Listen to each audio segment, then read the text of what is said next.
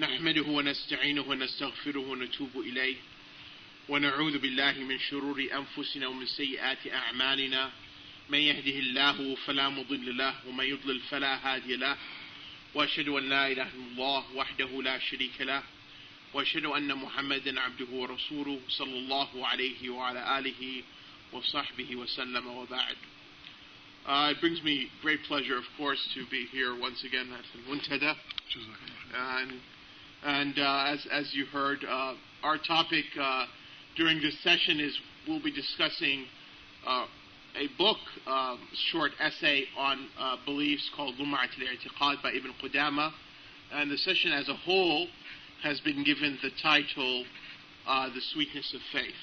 And inshallah ta'ala, by studying these matters of belief, it will increase our iman and assist us in gaining the sweetness of faith. So I guess a good place to start is with the issue of the sweetness of faith. What is the sweetness of faith? Well, we have a hadith of the Prophet sallallahu alaihi wasallam where the Prophet sallallahu alaihi wasallam said, ذَاكَ طَعْمَ الْإِيمَانِ. He has tasted the sweetness of faith. Who is that person? The Prophet ﷺ said, مَنْ رَضِيَ بِاللَّهِ رَبًّا وَبِالْإِسْلَامِ دِينًا وَبِمُحَمَّدٍ صَلَّى اللَّهُ عَلَيْهِ وَسَلَّمْ نَبِيًّا.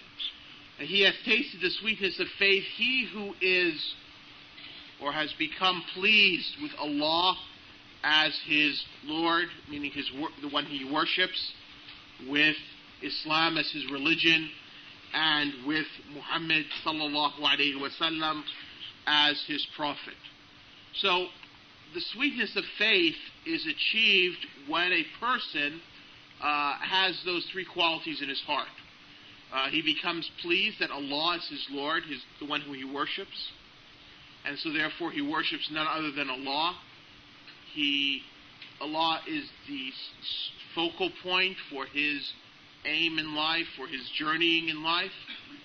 The second quality, Islam is his religion. He's pleased that Islam is his religion, so he follows the commandments of Islam and avoids the prohibitions of Islam, trying to fully gain that quality of being a Muslim, one who has submitted unto Allah.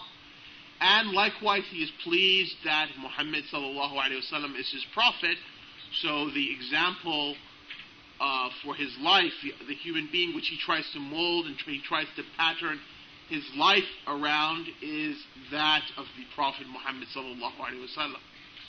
And each one of us has, I imagine, tasted the sweetness of faith at one time or the other in his life. I mean, I cannot imagine a Muslim having not tasted the sweetness of faith at one point or the other in his life. I mean, for those brothers who have entered into the fold of Islam, have repented and come and become Muslims, I'm sure they can inform us when they first became Muslims how that feeling they had in their hearts. And that's the sweetness of Iman. And I think each one of us, irrespective of we were born Muslims or we came into the fold of Islam, we'll have certain times during the year when we taste the sweetness of Iman. Like usually during the beginning of the month of Ramadan, we have this feeling that, usually all Muslims have that feeling of some sort of happiness and joy that they're entering into this act of worship, especially when you have an opportunity to make Umrah, to make Hajj. So this is something which is, not, I would say not hidden from us in terms of what it means to taste the sweetness of Iman. But the issue, the point is that how do we make the sweetness of faith, the sweetness of Iman, something which is constant in our lives? In other words, how do we always feel that way? We feel that way maybe at the beginning of Ramadan, during Eid, if we make Umrah, if we perform the pilgrimage, we perform Hajj, if you're at certain gatherings and so forth, if you're at the masjid, you feel that sweetness of Iman. But how do we make that from just an occasional experience, an occasional spiritual experience? How do we now make this something which is constant in our lives? Something so that we taste the sweetness of faith when we wake up in the morning and all through the day until we retire in the evening, and then when we wake up the next morning, that is our state. Or do we fear for ourselves, as the Prophet sallallahu alaihi wasallam mentioned, that there will come a time when a person, he will wake up as a believer, but when the conclusion of the day comes, he will retire as an unbeliever. Or he will wake up as an unbeliever and retire as a Muslim. Because the Prophet ﷺ was explaining that there will come a time prior to the Day of Judgment when people's faith will be wavering to that degree that in the morning they'll be believers, but by nightfall they'll be unbelievers, or in the morning they'll be unbelievers, and by night they will be believers, because their faith is not stable. And so during the day it switches. It goes from from belief to unbelief, from being pleased with Allah to being displeased with Allah, from being pleased with the Prophet ﷺ to being displeased with the Prophet ﷺ, from being pleased with Islam as one's religion to being displeased with Islam as one's religion. And this is something which I think also is not unique. Let me re-express that. I believe this is something which is not also uncommon in the world today among Muslims.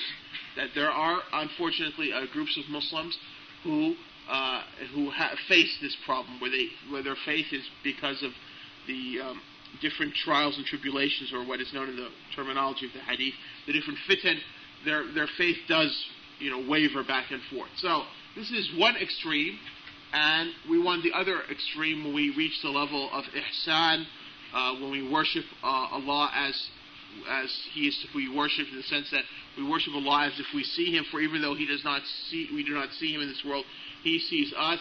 And so that pleasure with Allah Azza wa Jal, tasting the sweetness of faith, is something which is constant in our lives and not an occasional experience. That's the aim to which we are trying to strive. We ask Allah subhanahu wa ta'ala to grant us that.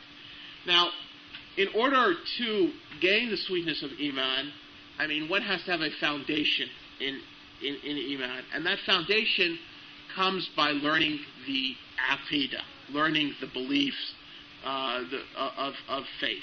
Because when one has that foundation, it should then follow with acts of worship, which will then are built upon that foundation, so then the sweetness of Iman is obtained. And that is why, I guess, the aim of the course was that we try to learn the basics of faith.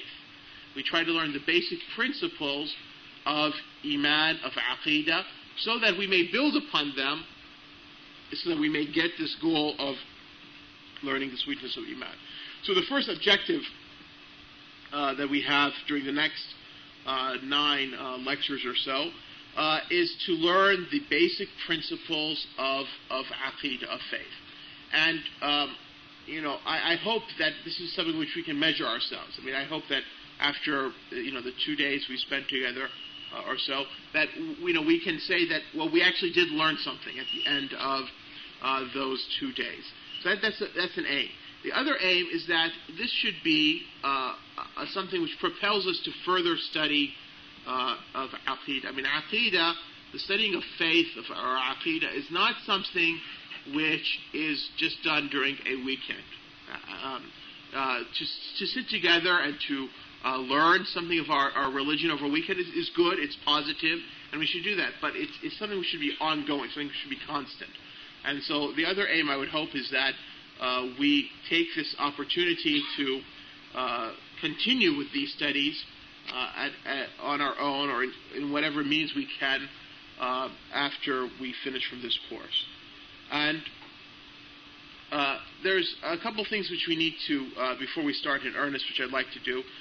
First, what is, the essay? I guess the essay was distributed to you. You all have a copy of the Aqidah. And it's a very short creed. It's only, I guess, about 14 pages here.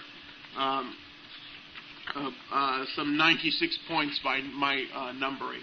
I'm the one who put these paragraph numbers to it. And this is a draft translation. So, one thing I want to point out is that I had to do this a couple days ago really quickly. So it's a draft translation. So, when we go through it, we might correct part of it. And part of that I want to point out is that the ayat, which the author uses as evidences to the points, I just took it from one of the translations I had at home. So I didn't really go through the ayat and the ahadith and translate them, retranslate them based upon the Arabic grammar, based upon the books of tafsir. So if the ayat or the ahadith sort of look a little bit, we might correct sometimes, we might feel that it's not wrong as we go across. That's because that's the reason. And the other issue is that I'd like to also to set this creed, this aqidah, in perspective. First of all, let's start off by talking about the author, Ibn Qudamah. Who is Ibn Qudamah, and why are we studying this aqidah in particular? Well, Ibn Qudamah was a great scholar of Islam. He's perhaps among the most well-known scholars of Islam, even though he might not be known to us because really he doesn't have anything in translated English language except for one book which was translated by an Orientalist. But he was a great scholar of Islam. And he was born in the year 541 Hijrah. So he was born, just to put in perspective, he was born 541 years after the Prophet ﷺ's Hijrah. We know that, for instance, he comes about a century before Ibn Taymiyyah, to give some perspective in terms of birth. Ibn Taymiyyah dies in the year 723, and Ibn Qudamah dies in the year 620. So there's about a century between their time. He's also born during a time which is before, it's the time during the Crusades. As we'll sort of point out some aspects of his life, but before the sack of Baghdad, by the Mongolians, by the Tartars. So he's in this period of Islamic history.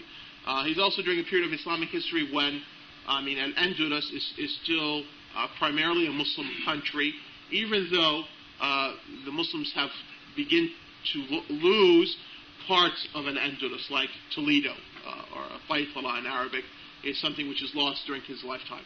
So he's in this type of period of the Islamic world. It's a type of period when there's a lot of turmoil, and there is a lot of world events, major world events going on. You have the Crusades and the takeover of the loss of parts of Al-Andalus, parts of Spain, the northern part of it, about the first north half of the country, to the Christians, and also the loss of Palestine and parts of Syria and Lebanon also to the Christians. And likewise, you have the Mongolians are starting to move across from the deserts of China, and this is something which is a process which is starting. Anyway, he was a descendant of Umar ibn Khattab, which is something which is interesting about him. Between him and Umar ibn Khattab is about 12 or 13 generations, and his name was Abdullah. Abdullah and his Ibn Ahmed, that was his name, Abdullah the son of Ahmed, and he's known often in the books by, if you look at the books of fiqh, they often quote him by saying Abu Muhammad said. Abu Muhammad said, in reference to him, that was his kunya. Qudamah, which is he's also referred to as Ibn Qudamah, that was his great-grandfather. So sometimes it's problematic when you study books in the Arabic language. Individuals refer to in ways which is not typical to how we refer to people like in the English language and so forth. So, Ibn Qudamah, somebody might say, oh, his father was Qudamah. No, that was actually his great-grandfather. His name was Abdullah ibn Ahmed, and his kunya was Abu Muhammad.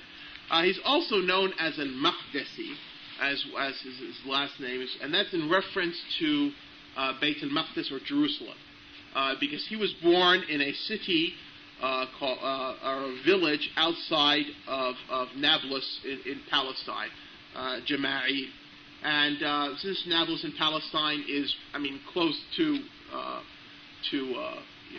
Jerusalem, people would refer themselves, call themselves al-Maqdisi out of reference to Bayt al-Maqdis, because Bayt al-Maqdis, of course, is being one of the holy lands of Allah Azza wa Jal, right? So instead of referring yourself to say that I'm from Nablus, and Abulsi, you would choose a reference to yourself to al-Maqdis, Bayt al-Maqdis, because it's more honorable to, even though there's some distance, but since it's close enough, you could just pass for that. So it's like if you, I guess, you were born outside of London, right? You would say that if you were proud of that, you would call yourself a Londony or something like that, I guess. Or for us in the United States, we call a Washingtoni, even if you're outside of Washington, D.C., right? So that's in terms of that. Now, at the age of 10, his family had to flee. His family had to flee Palestine, and the reason why is because the Crusades had taken over the area, and a lot of Muslims were put to the sword and so forth. So his father took his family and they fled to Damascus.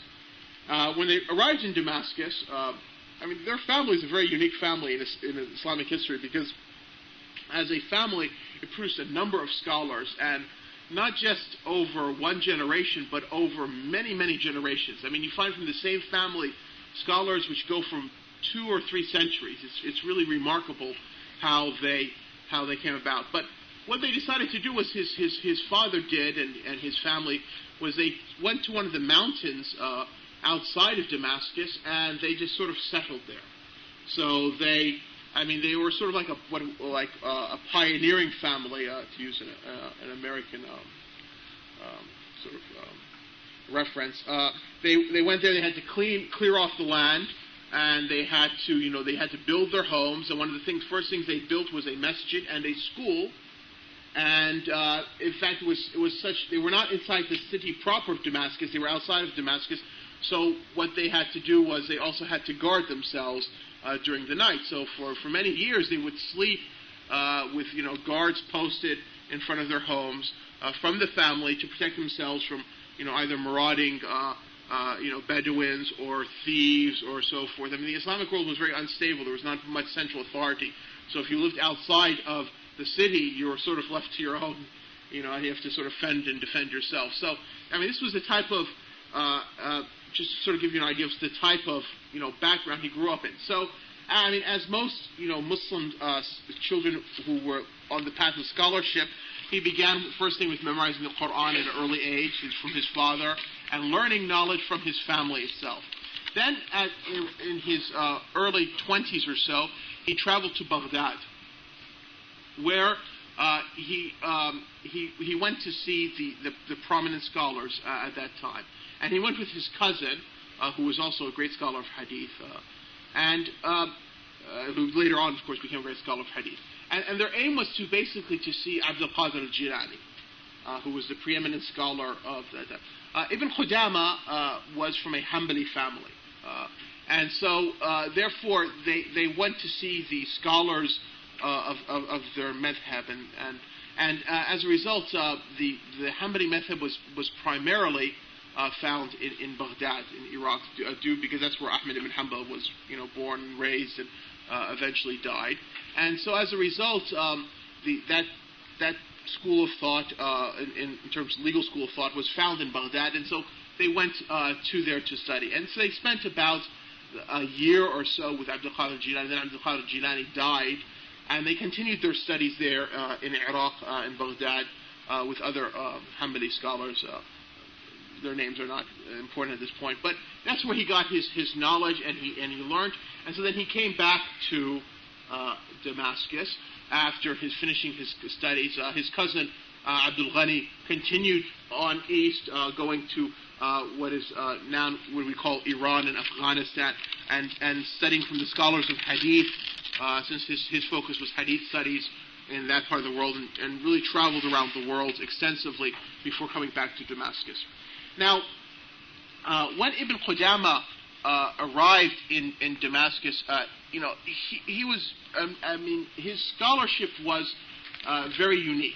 Besides he was known for his piety and his worship and so forth, but he was known for, his scholarship. Ibn Taymiyyah, as I said, who came a century after him, said that after al-Awza'i, there was none who entered into the area of Asham, into Damascus, as knowledgeable as Ibn Qudamah. Now, who was al-Awza'i? Awza'i was the major scholar of the third generation. Okay, we have a Sahaba, right, the first generation, right? Then we have the Tabi'een, the second generation. Then we have the third generation known as Atba'u Tabi'een. All right, Now, this third generation, there were four prominent scholars in the third generation in four areas of the Islamic world. You had Imam Malik in Medina, which I think we're familiar with, right? There was a scholar by the name of Layth ibn Sa'ad in Egypt. There was a scholar by the name of Al-Thawri in Iraq. And there was a scholar by the name of Al-Awza'i who was in Damascus in Syria. Those were the four, preeminent scholars during the third generation. So, Ibn Taymiyyah, who was a great scholar in his own right, said that after, Al-Awza'i, who was in the third generation, and Awza'i, he dies, I don't remember the year, but Malik died in the year 179, so Al-Awza'i, died either a little bit before or a little bit after, I think, 176 or 183 or something. I don't remember which year. But the point is that, so from that time until, Ibn Qudamah, which is at the end, so we have from the end of the 2nd century to the end of the 6th century, for 400 years, there is no scholar of the level of Ibn Qudamah. In fact, if you look at even from after the time of Ibn Taymiyyah to our time, and now we're in the 15th century, there probably has been no scholar of fiqh, great scholar of fiqh, as Ibn Qudamah. Ibn Qudamah probably is the greatest faqih produced in the Ummah of Muhammad sallallahu alaihi wasallam after the Sahaba, the Tabi'in, and the four Imams. That thing. He's probably the greatest faqih produced, and this was noticed even right after his lifetime. Ibn Abd Salam, who was a great scholar in maybe a generation after Ibn Qudamah, said that I could not find myself giving a fatwa unless I had a copy of al-Mughni, which was Ibn Qudamah's prime greatest work that he ever wrote, in my possession. So probably if you look at Ibn Qudamah's fiqh output, he probably is the greatest scholar, the greatest faqih and legal scholar. We're talking about legal scholar produced in the Ummah of Muhammad sallallahu alaihi wasallam. Now, so he wrote extensively, and as the scholars of his time, and as the scholars of his time, and they were not scholars just in a single field of knowledge. So you find the writings of Ibn Qudamah, dealing with a whole host of topics. All right. For instance, he wrote regarding matters of the heart, piety. One of his famous books was called Kitab al-Tawwabin, the book of the repenters, where he talks about repentance and just different incidents of repentance from the time of Adam alayhi salam to people in his time who repented, among rulers and common folk and so forth. He also wrote, as I mentioned, a number of books on fiqh, and in fiqh he had a style of writing.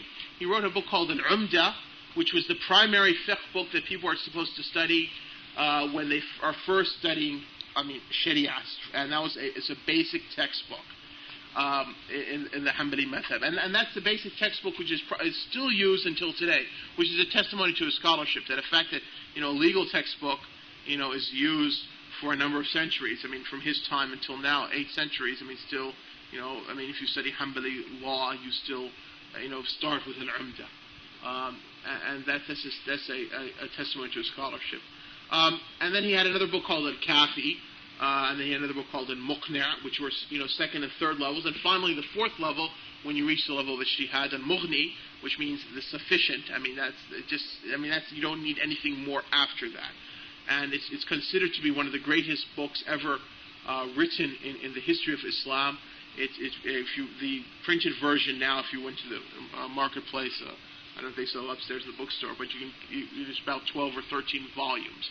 And it has over maybe 13 or 14,000 issues of fiqh, of law there. And it's a remarkable book to have.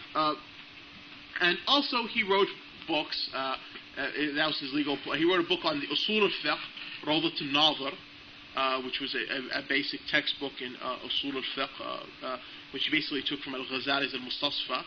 And that's this is the primary book on Usul Fiqh studied in the Hanbali Madhab until today. And likewise, he had a little essay on Aqidah, which we're studying. He also had other books on Aqidah, a number of other books, and the other books he wrote just concerning specific topics on Aqidah. So he has a book on Qadr, He has a book on the merits of the Prophet's companions. He has a book on Allah's transcendence, that Allah subhanahu wa ta'ala is above His creation and so forth.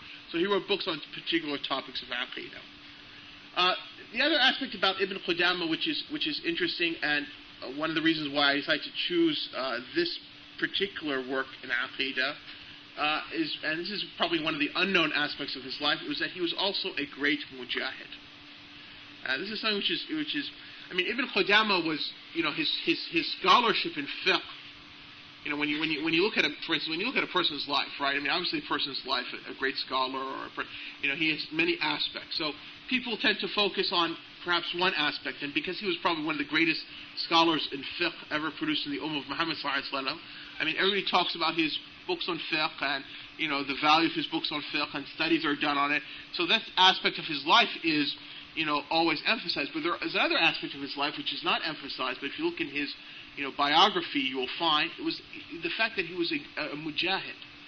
And Ibn Qudamah was such that he accompanied Salahuddin al-Ayyubi when Salahuddin al-Ayyubi's campaign in 570 or 571 to bring back Bayt al-Maqdis to the lands of the Muslims. I mean, he was there with Salahuddin al-Ayyubi, and he was there not just there by himself, but he went there, him and his brother and the members of his household. They had their own tent in the campaign, and their students. See, they were scholars, and so they also brought their students along, and with their students would also participate with them. And Salahuddin al-Ayyubi used to come, and he would visit them in the tent. I mean, like at certain times would come and and pay his respects and say salam and so forth. So this is how he was. He was a great mujahid, and this is something which I think is very important for us, that to bring this aspect of his life, because it's important for us that we have examples as Muslim youth, examples of scholars who we follow who have a complete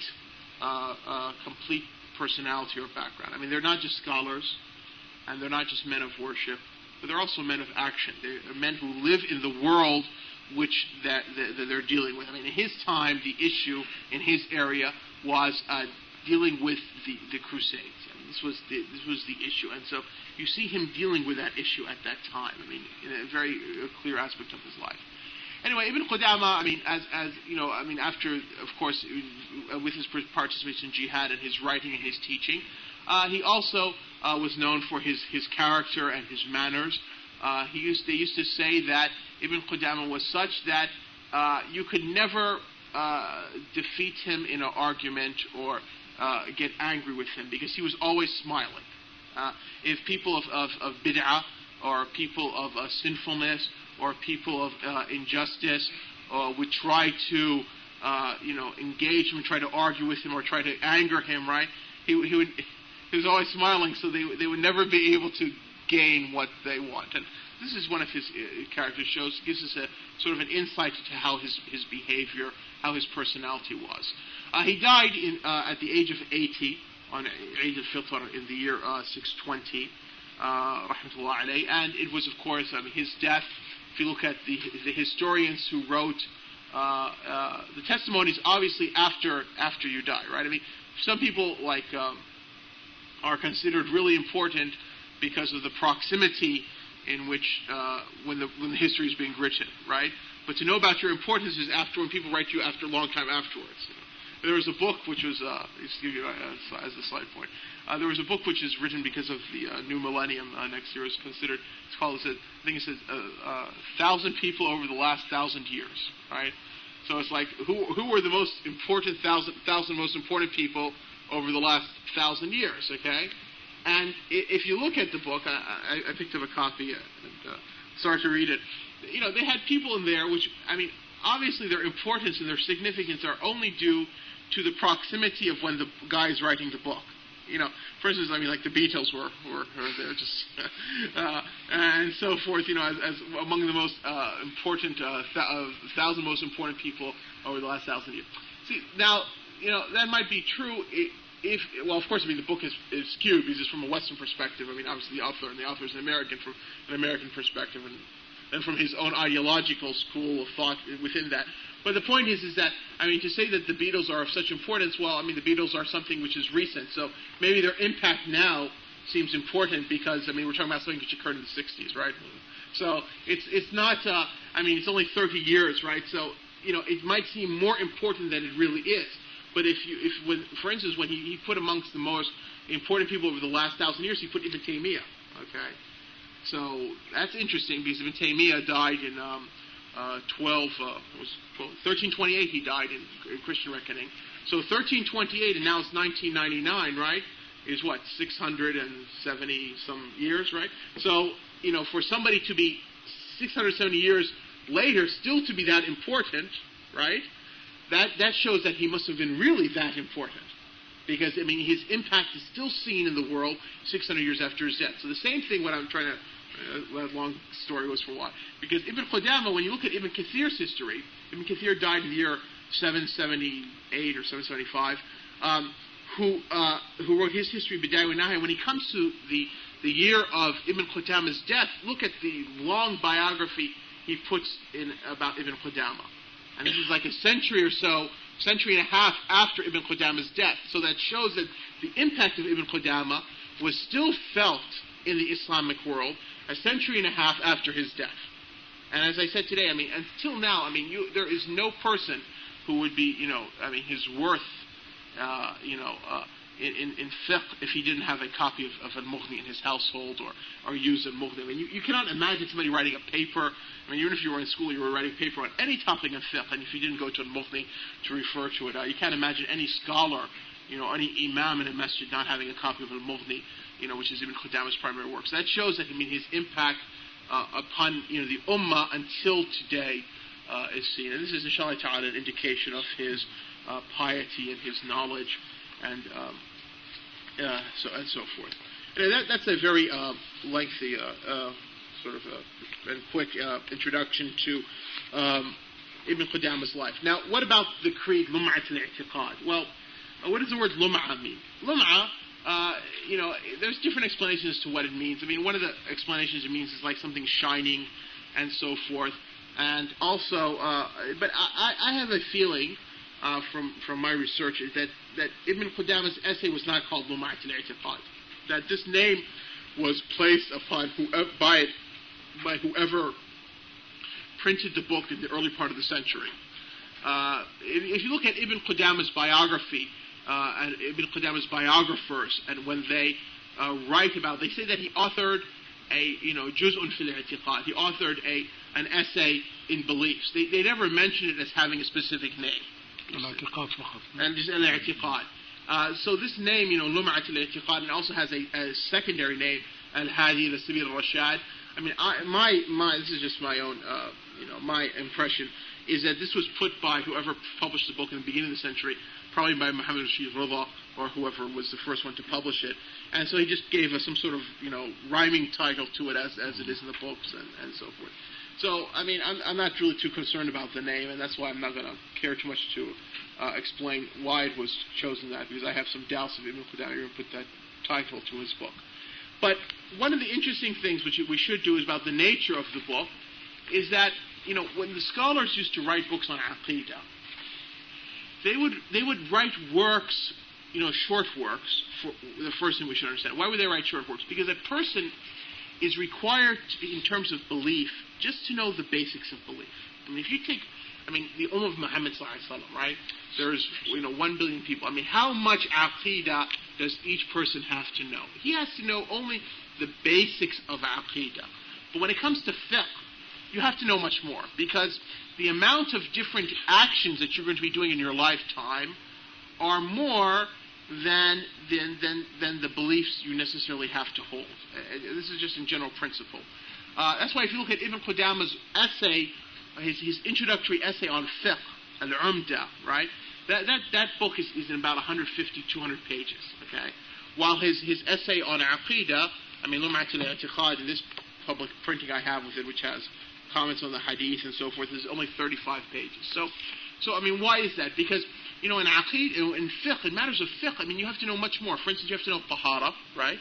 So there's different rules in tahara. You have to know how to make wudu. You have to know how to make ghusl. You have to know how to make tayammum, because there sometimes might come a point in your life where you might not have water, okay? And if you're a woman, you have to know the rules of hayd, right? And then also, menstruation, and then also nifas from after childbirth. So these are a lot of rules in there. And everybody has to know the rules of salah. And as you know, salah there are different types of salah. There are rules for salat al-Jum'ah, which are different from the regular salah. There's rules for salat al-Eid. There's salat al-Kusuf, right? The eclipse prayer. And there's prayer jama'ah, which is different from when you pray by yourself. There are rules that are unique for the imam. If you make an error in prayer, you have to do such to sahu, and there's rules specific to that. Janaza is something which is fard kifaya, so there are rules concerning visiting the ill. If somebody is deceased, washing the body, burying the body, praying salatul janaza. And likewise for zakah, there are rules. If a person is going to have some money, either he's going to give zakah or he's going to be a recipient of zakah. There are rules for fasting in Ramadan. There are voluntary fasts. There are rules for Hajj and Umrah, and these are all specific. And then these are just the acts of worship, okay? Plus you have jihad, regulations for that. Plus most people are married, so they have to know the regulations of marriage and divorce. Most people engage in some sort of livelihood, so they have to know the rules of al-buyu', buying and selling, and the different types of contracts which they might enter into. If you ever enter into dispute, you have to know the rules of testimony and judging and so forth. So, you see, I mean, human life has so many different aspects, right? Just to know just the basics, just, the main points, just bullet points and concerning each aspect that you're going to go through in your life is quite a lot. So therefore, in fiqh, you have these, even the introductory textbooks in fiqh are going to extend 100, 200 pages. Well, but aqidah, I mean, just to know the minimum, let us say, is just to know the basic beliefs. And here is the point. When they used to write these basic beliefs, they would write it in context of the incorrect beliefs present in their time. Okay? What does that mean? I mean, the Prophet ﷺ came and he explained the message of Islam. So the people inherited from the Prophet ﷺ an understanding of the Aqidah, an understanding of Islam. However, though, when people started to deviate because of introduction of Greek philosophy, introduction of Greek thought, introductions of practices of Sufism, mysticism, and so forth, taking beliefs and notions from the Christians and from the Jews and from the pagans and so forth, so different types of incorrect beliefs started to appear. So what would happen is that the scholars would then write the beliefs in light of these incorrect beliefs. So the issues they would stress were the issues where people went astray in. And so the issues where the Muslims were in agreement to and people did not, have any difference of opinion to, they wouldn't touch. So for instance, when you look at the essay on Lumatul I'tiqaad, you won't find a section on the angels. Why? Because for most part, the Muslims, irrespective of their sect, I mean, they're from the people of the Sunnah, the people of Bid'ah, their beliefs concerning the angels were basically correct, and so there's no reason to teach that, because you're going to teach that which where people had fallen to error to. Now, however, this type of issue is good, except for in our time. The problem comes in our time. Okay, in our time, because we live in an era when you are exposed to so many different beliefs. All right. And also because you live in an era where the notion of individualism is so strong in the world, where everybody believes what he wants to believe, right?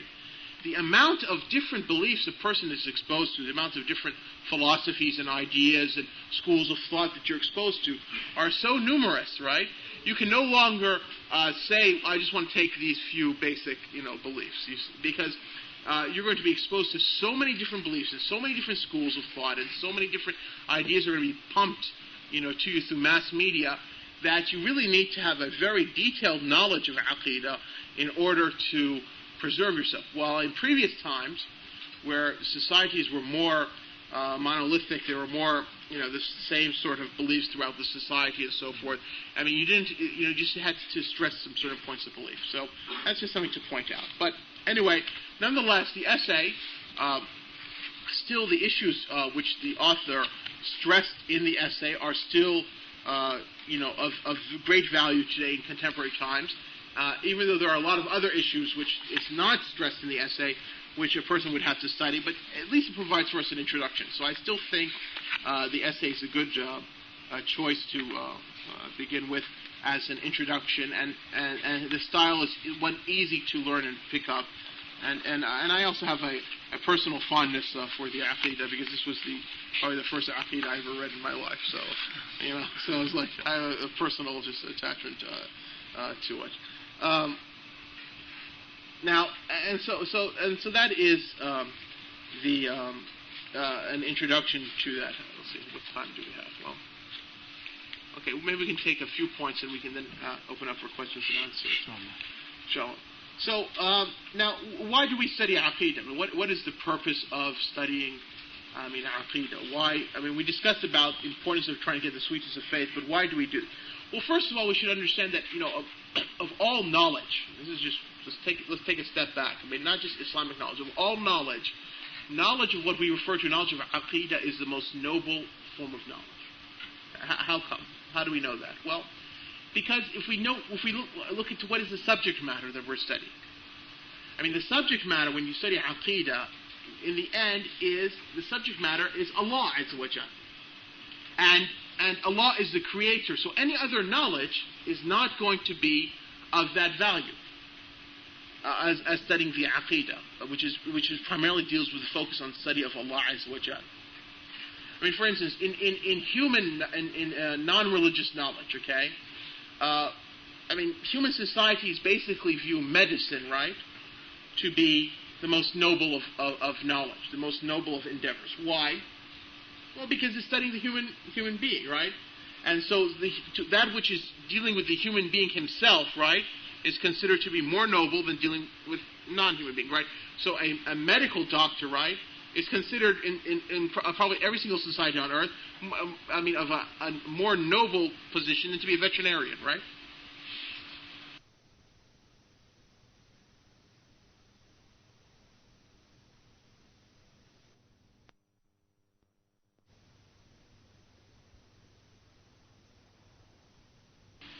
I mean, to be a person who's, they both study medicine, right? I mean, they both study, the pulmonary system, they both study the circulatory system, right? But to know how to cure the ills and the ailments in a human being is considered to be more valuable than a horse, okay?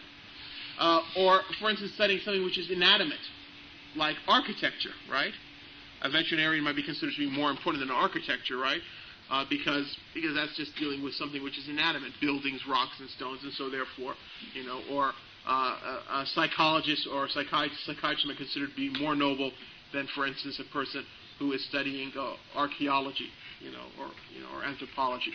So the point is that human beings usually rank knowledge according to its need in the society and also according to the importance of the subject matter. And so when we come to the Islamic sciences, it's the same.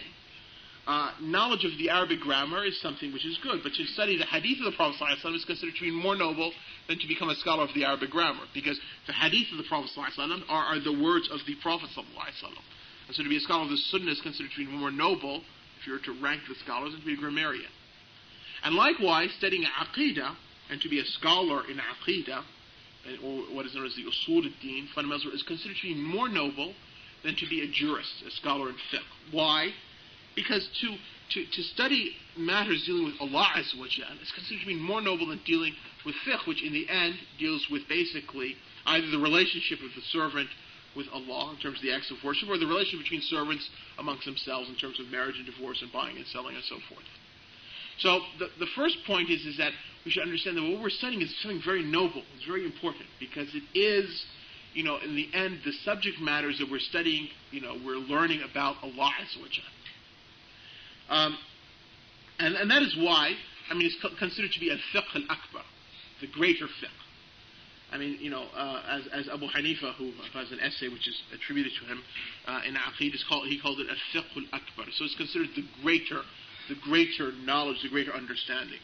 And in reality, there is no life. One cannot live, in the sense of having true life. One cannot have no pleasure in his soul. One can never, have any pleasure in life until he knows his Lord.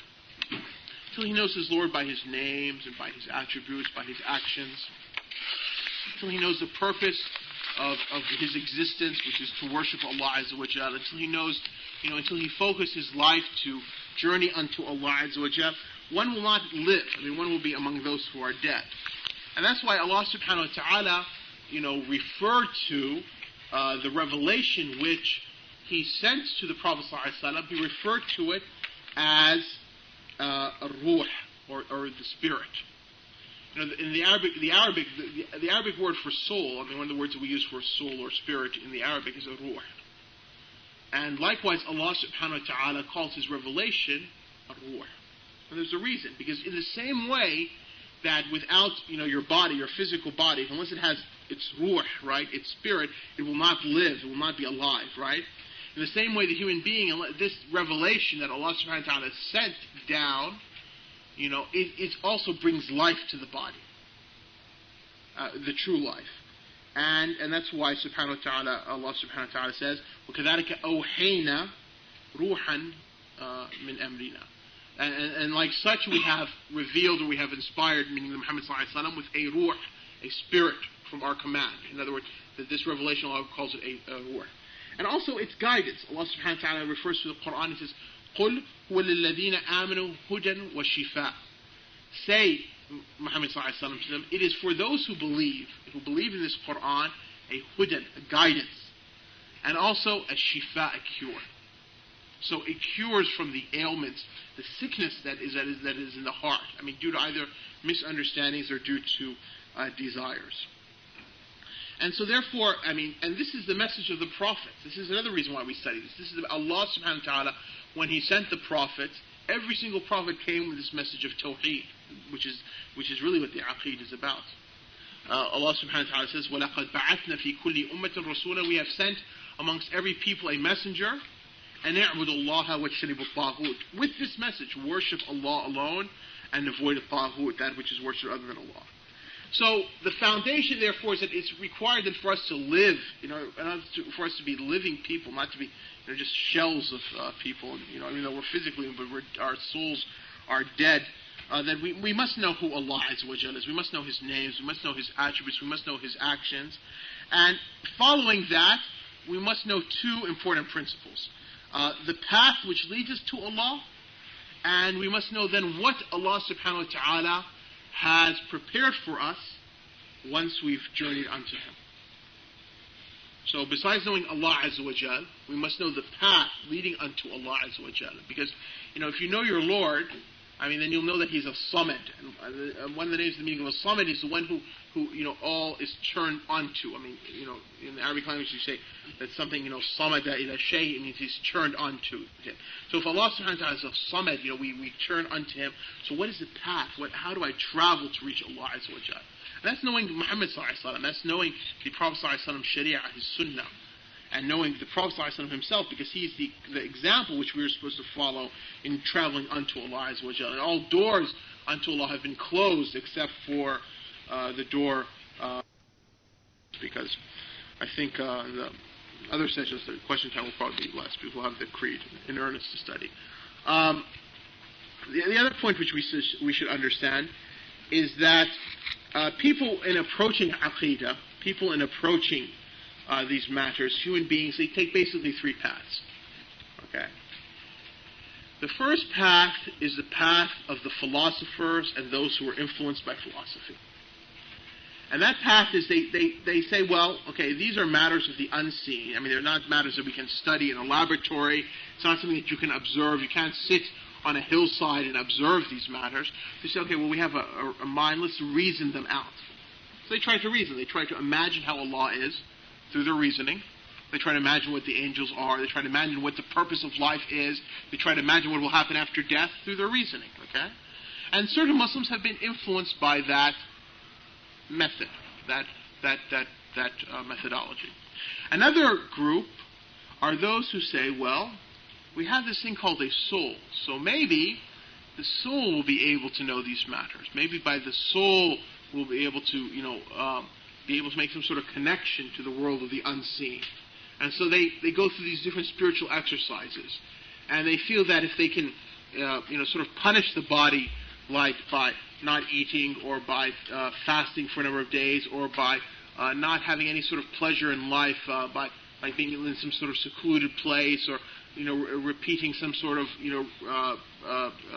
statement over and over, whether it's Allah's name or something else, that their soul would become enlightened, so they would be able to understand these matters. And that's what we call mysticism, and you find amongst Muslims who are influenced that is with the Sufis. And then the third path, which is the path of Allah's prophets, is based upon the idea that the mind and the soul cannot reach the realities of these matters of the unseen on its own. That it is from the unseen. And the only way to understand these matters, is by following the revelation which Allah subhanahu wa ta'ala sent, and the elucidation of that revelation by His prophets and messengers. In our case, it would be the Prophet Muhammad sallallahu alaihi wasallam, because his message is the final message, and is a pristine message which is unsullied, unchanged. And so therefore, for them, they say, well, we're going to understand, we're going to approach these matters by following the revelation. And understanding about Allah, about the unseen, the angels, the last day, the purpose of life, all these matters through revelation. Now, they also, this methodology, this method also incorporates aspects of the other two. It doesn't negate reason, doesn't negate thinking and contemplating, but rather thinking and contemplation assists in this matter. How? Well, because Allah subhanahu wa ta'ala has placed His signs in the creation. And Allah subhanahu wa ta'ala has established evidences. So we use the mind, we use the thinking to see, is Islam true or not? Is the Prophet Muhammad sallallahu alaihi wasallam truly a messenger of Allah? And once we've made that determination, because we've seen the evidences which Allah subhanahu wa ta'ala has sent and showed us to show that the Prophet Muhammad sallallahu alaihi wasallam was truly a prophet, then we accept the message which has come to him. And likewise, we see Allah's signs in the creation, so we reflect upon that, so it increases us in faith. So there is a rule of reason. And likewise, spiritual worship also is important, as Allah subhanahu wa ta'ala tells the Prophet Moses in the Quran, وَقِمَ الصَّلَاةَ لِذِكْرِ, establish the prayer for my remembrance. So in order to remember Allah, so that these are not just facts, because if they're just facts in our mind, we'll forget them. But that they become something living and constant in our life, you have to have the worship. So in al-Fatiha, for instance, the Fatiha, Surah al-Fatiha is just really, one of its main aspects of Surah al-Fatiha is just basically a declaration of the Aqidah. Alhamdulillahi Rabbil Alameen is about Allah, Rahman Rahim, it's about Allah, Maliki Yawmiddin is about Allah on the Day of Judgment. Iyyaka na'budu wa iyyaka nasta'in is the purpose of our existence, to worship Allah. Ihdina Siratal Mustaqim is Qadr. Siratal Ladina An'amta Alayhim is about the hereafter. Ghayr al-Maghdubi Alayhim wal Dhalin is about the hereafter also. So it really deals with the matters of the Aqidah. So when one prays and so forth, he reinforces those matters. So the point is that people take three basic approaches among human beings, and you also find it within the Muslims. The approach of the philosophers, which is an errant, wrong approach. The approach of the mystics, and the correct approach is the approach of the followers of the prophets of Allah, and that is to take revelation. We use reason in order to see if the message in itself is true or not, initially, to believe whether Muhammad sallallahu alaihi wasallam is truly the messenger of Allah, to see if whether Islam is truly Allah's religion, and also to reflect upon Allah's creations to increase us in faith. We use worship in order to enforce and to draw closer to Allah, but we understand that the matters of the unseen cannot be understood in detail and cannot be understood except through Allah's revelation to His Prophet, whether that comes via the Quran or the Sunnah. So those are some of the, that's a quick introduction to the Creed, and I'll leave, should we do more? Should we do questions?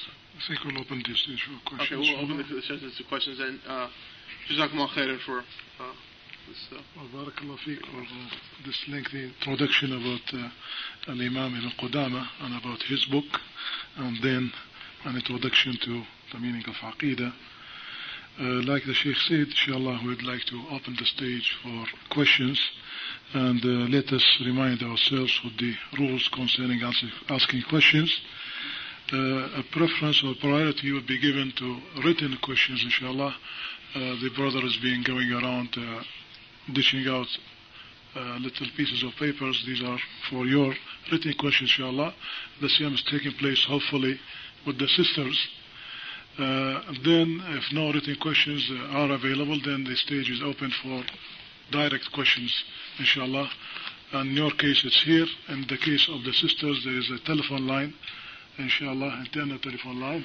That's this is a top for the Sheikh, this course. Okay, we're trying to figure out what this idea of the telephone, so we knew it. We thought to make it more exciting this time, inshallah. Right, I have one written question in front of me at the moment, which I'll put to the Sheikh, inshallah. Simple one. Okay, the brother asks, which Arabic books of Aqidah or on Aqidah should a beginning student of knowledge study, and in which order? That is, if you recommend that. And then in English. Which one's in English? Well, yeah, you know, I have a personal view concerning studying Aqidah, that one should study one book of Aqidah from the books which are written by the authors. In other words, if one is studying Aqidah, as a student of knowledge, as the brother is saying, so you're studying with a sheikh, or you're via cassette if you don't have a sheikh in your locale. So you take one book of Aqidah. I mean, whether it's Aqidah al-Tahawiyya or Al-Aqidah al-Wasatiyya or Kitab al-Tawheed and so forth, because it provides a foundation. Okay, so I would say Kitab al-Tawheed is definite. That's a definite one. And then one other book, whether it's al-Wasatiyya or al-Tahawiyya or Lumatul I'tiqaad, it really doesn't matter, because most of them, they deal with the same issues. But then afterwards, it is my belief that Aqidah should be learned then thereafter from the Quran and from the Hadith. I think this is really what's important. I mean, when one studies Aqidah from the books, the books written in Aqidah itself, and only relies upon those books, what happens is that you become sort of start focusing only upon the matters of disagreement between the various sects. All right. I mean, for instance, if you were to study Aqidah, to give an example, let's say Aqidah about the Christians, and so you read the Jawab al-Sahih by Ibn Taymiyyah. It would be very great. I mean, if you read it and you studied it with somebody, I mean, you would become really a scholar about Christianity, okay, in order to how to refute it. But just to study that, or Hidayat al-Hayat, or any other book written against the Christians, Muslim book, you're going to focus, here. I mean, there's each of the books discusses certain points raised by certain, a Christian author, and it's a refutation, so it's a back and forth sort of thing. But if you study the Quran as a foundation, you're with the Quran, and so you read Surah Al-Imran, and you understand its tafsir. I mean, your understanding of the Aqeedah is just that much stronger, because you've made the foundation upon Allah's book, and so then now when you come to thereafter you come to al-Jawab al-Sahih. I mean, the meaning that you can benefit from, and the benefits you can get is just so much more. So so for that reason, I think that people should. And this is just my personal, preference, is that in studying Aqidah, after studying a basic book of Aqidah, whether it's, you have to study Kitab al-Tawheed, that's like a definite, and then one basic book of Aqidah, whether it's Wasatiyya or Tahawi or Lumatul I'tiqaad, you start coming to the books of the Sunnah.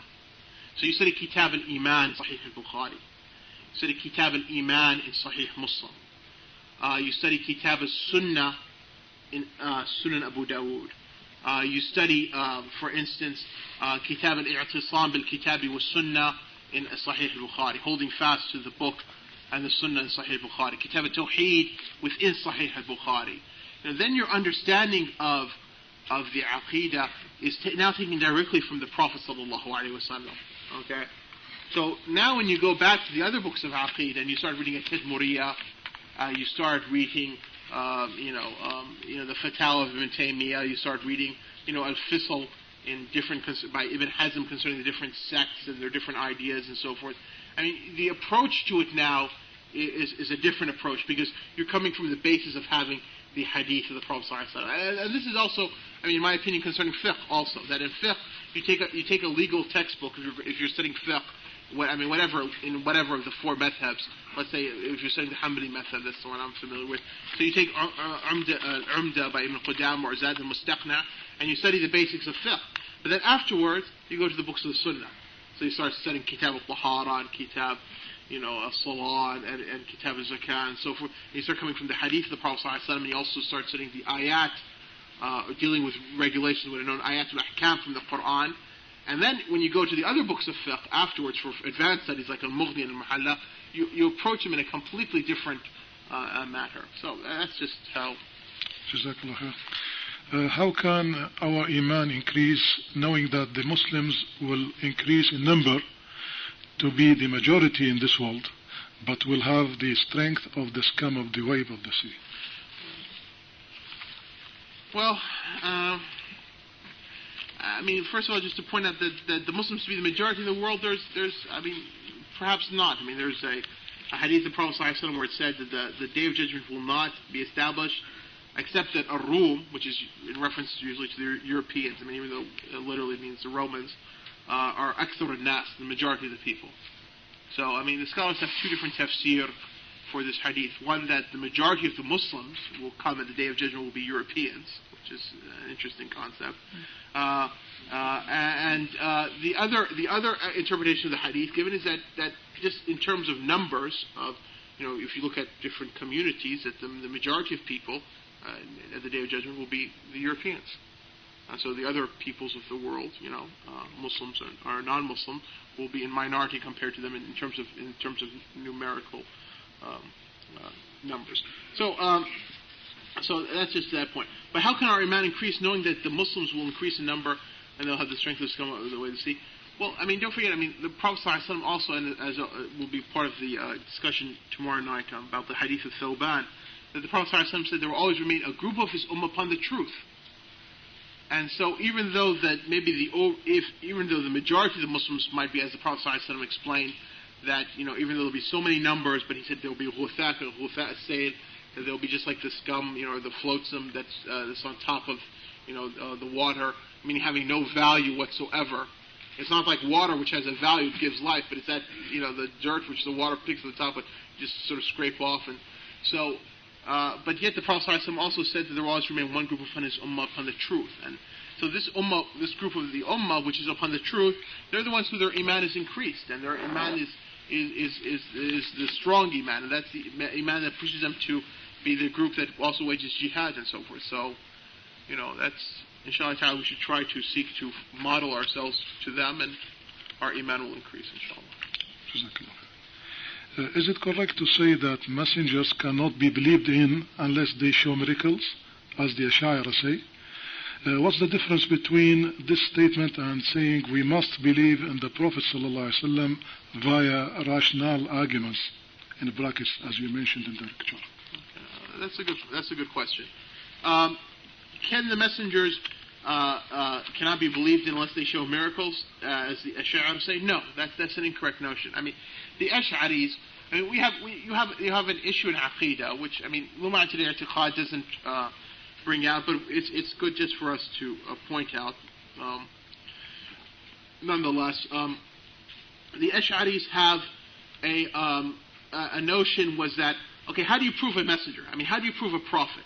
If somebody appears in the world, his name is Moses, his name is Isa, his name is Ibrahim, his name is Muhammad sallallahu alaihi wasallam. They claim that they're receiving a message from Allah Azza wa Jal. How do we know that they're truthful or not? The Christians, the argument of the Ahlul Kitab, just to put it in another perspective, the Christians say that you cannot be a prophet unless a previous prophet has given foretold of your appearance. So they say that we know that Jesus is a messenger and a prophet, the Christians say, because Jesus was foretold in the previous scriptures by David, and they say also by Daniel and so forth. Okay, but they say Muhammad, we didn't find anything foretelling Muhammad sallallahu alaihi wasallam, so therefore we won't accept him as a prophet. That's their argument, even though the references to the Prophet Muhammad sallallahu alaihi wasallam in the Old and New Testament today, are over 70. Okay, but put that aside. The Ash'aris, which were a group of Muslims who took the beliefs from the Sunnah, but also were influenced by Greek thought, they said, well, you can only tell a prophet if he has a miracle. He has to do something which is such that nobody else can do it. But this cause them a problem, because then say, well, what about a sorcerer? What about a sorcerer? I mean, the sorcerers in the time of Moses, right? Allah tells us in the Quran, they threw their ropes and their sticks and became snakes, right? So, I mean, how do we understand that? What about a Dajjal who will appear before the end of time? How do we understand that? So, as a result, they ended up rejecting. Little messengers arriving from the sister section. So, as a result, they ended up rejecting what about the karamat of the awliya, the miracles of the righteous Muslims, which is shown either to support the religion or to support them. How do we understand that? I mean, if miracles in and of itself is the only criteria, then we would be by necessity, we would have to say that the sorcerers were also prophets, that a Dajjal is also a prophet, and that the righteous Muslims who manifest karamat are also prophets. This is a problem. The other problem is that the signs of the prophethood of the prophet, especially the Prophet Muhammad ﷺ, are so innumerous that they cannot be counted. I mean, whenever the servants are in need of something, this is Allah's sunnah. It's Allah's practice that He provides it abundantly and it's easy to receive. For instance, oxygen, right? The air that we breathe, right? This is something which every single human being is in need of, right? As a result, there is probably no place in the face of the earth, right? Maybe some very high mountains, the Himalayas or so, where there is not sufficient oxygen for a human being to breathe. Because, I mean, this is something essential for every single, living thing to have, every single human being. So therefore you find in such abundance that there's no place in the earth except there's oxygen. Likewise with water. There is very few places on the face of the earth where human beings live where there's not sufficient water for their needs. Because this is something which of abundance. And likewise with plants and foods and so forth. So this is Allah's sunnah on the earth. Okay. Likewise, with the evidences pointing to His existence, and the evidences pointing to His worship, and the evidences pointing to the truthfulness of the Prophet Muhammad ﷺ are so numerous that in fact they're more numerous than the availability of oxygen and water. And we recognize the truthfulness of a person by sometimes just by looking at his face, right? I mean, a judge in court will say, and we say in the English language, we say things, and we say that, for instance, to show that we say a person is green with envy, right? I mean, he's not actually didn't turn green, right? But it means that, that his face showed something, right? That you could tell that he's envious, right?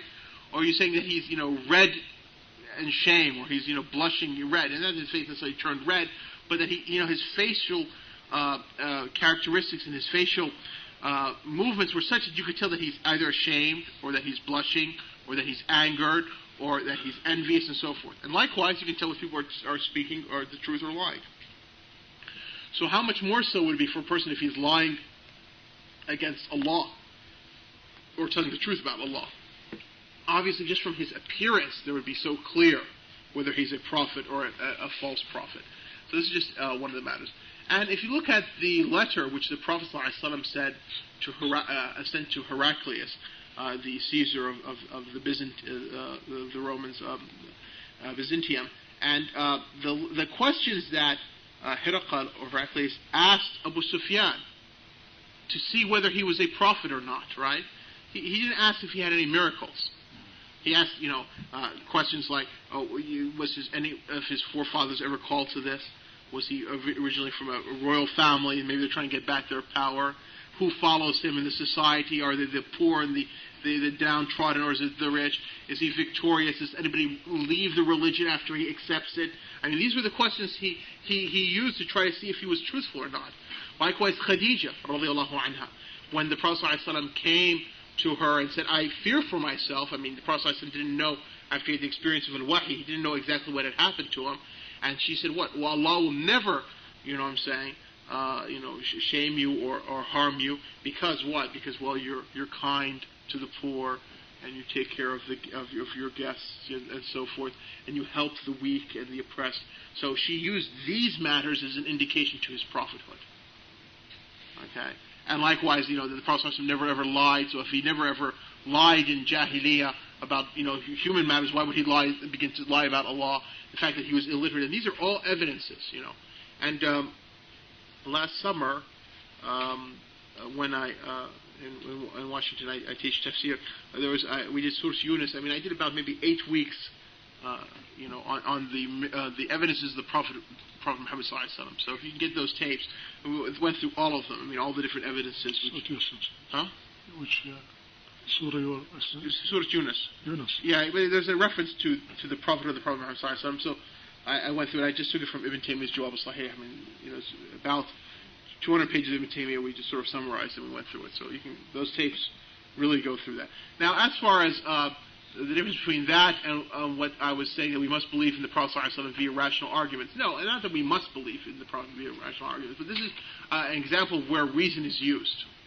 Where reason is used, and it's not blameworthy, because to tell whether the Prophet Muhammad ﷺ is true or not, or to tell whether the message of Islam is true or not, using reason in this case is not blameworthy. And in fact, Allah subhanahu wa ta'ala, points to this in the Quran. He says that, that I only command you with one thing, that you stand up, either in singles or in pairs, and you reflect. Does your companion, is he insane? Is he mad?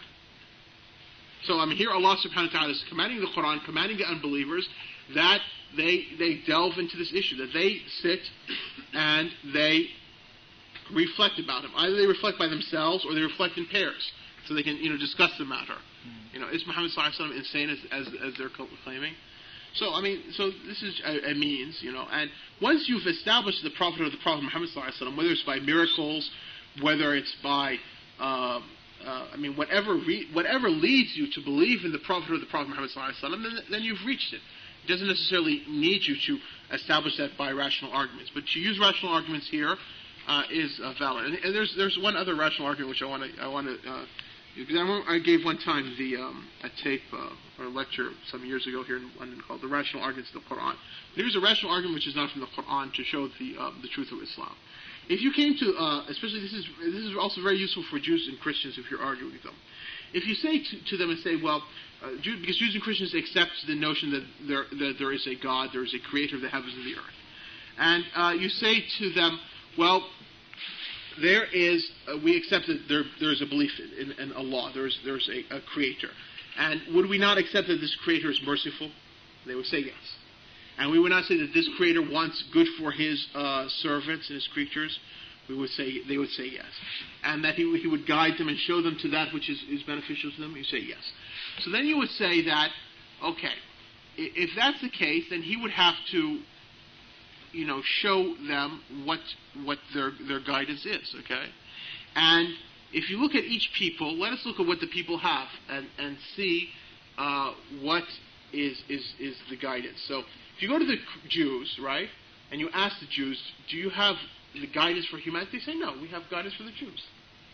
So this you negate it, okay? If you go to the Christians, they say, no, we have the gospel according to Mark, according to Luke, according to John, and so therefore it's not the guidance from Allah, right? If you go to the Buddhists and to the Confucianists, and you go to the communists and the atheists and all the other peoples of the world, they also you come off. So all it leaves is the Muslims, right, who claim that their book is from Allah Azza wa Jalla. So by necessity, then it has to be the truth. You see how that argument and reason works? If they agree that Allah must have sent something, right, and nobody else in the world claims that they have that which Allah has sent, and we are in agreement that Allah must have sent something, so then by necessity, then therefore what the Muslims have is truth, even without inspecting into it or not. Anyway, that's something from Sheikh Jafar. MashaAllah. Right. In what way should we teach our children the Aqidah?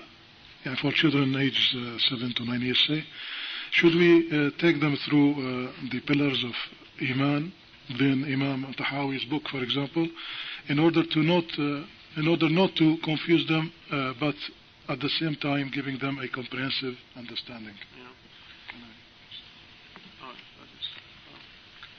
No, you're right. In terms of teaching children, I mean, you teach them the pillars of Iman, and I wouldn't go through Imam al-Tahawi's book. I mean, I would choose a book for teaching Aqidah, one of the books which is contemporary and written, because it deals with the Aqidah not in reference to the sects, but just in terms of expressing just what are the basics. Like Ibn Uthaymeen's essay Aqidah Ahl Sunnah wal Jama'ah.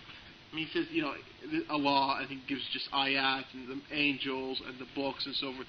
So it's more of as expository. It's not in reference to any, incorrect beliefs. So that would be something. And the other thing is that, I mean, people need to write books. And so, I mean, somebody has to sit down and figure out how to write a book in Aqidah for children who are being raised in the United Kingdom or the United States. I mean, this is something that somebody has to think. I mean, obviously, a person who is an educator, he will know that what are the common ideas and concepts which children will have, which will pick up in the society. So besides expressing to them, what's the basics of Aqidah, like from in an expository sort of sense, like Ibn Uthaymeen's Aqidah Ahl Sunnah wal Jama'ah, but also to point out what are some of the concepts and notions they're going to have in their mind, and to make some sort of reference to that. That's very important. So, it needs educators to address the issue. I mean, there is no reason why we should be shackled to the books of the past. All right. Yes, the books of the past provide for us the foundation for learning our religion. And what I mean by the books, I don't mean the books of Hadith and the Quran. This is revelation from Allah, I'm saying, but there's no reason to say, well, okay, Ibn Qudamah wrote Lumatul I'tiqaad, and so therefore we can only study this book in Aqidah, Lumatul I'tiqaad, until the Day of Judgment. I mean, that doesn't make sense whatsoever. We need to, write books in Aqidah which reflect the different misconceptions that people have today, presently, and likewise in books in fiqh. I mean, when Ibn Qudamah mentions in al-Umdah, when he talks about water, and he says that that the amount of water, in order to be considered to be, the Hanbalis have a point where they say that,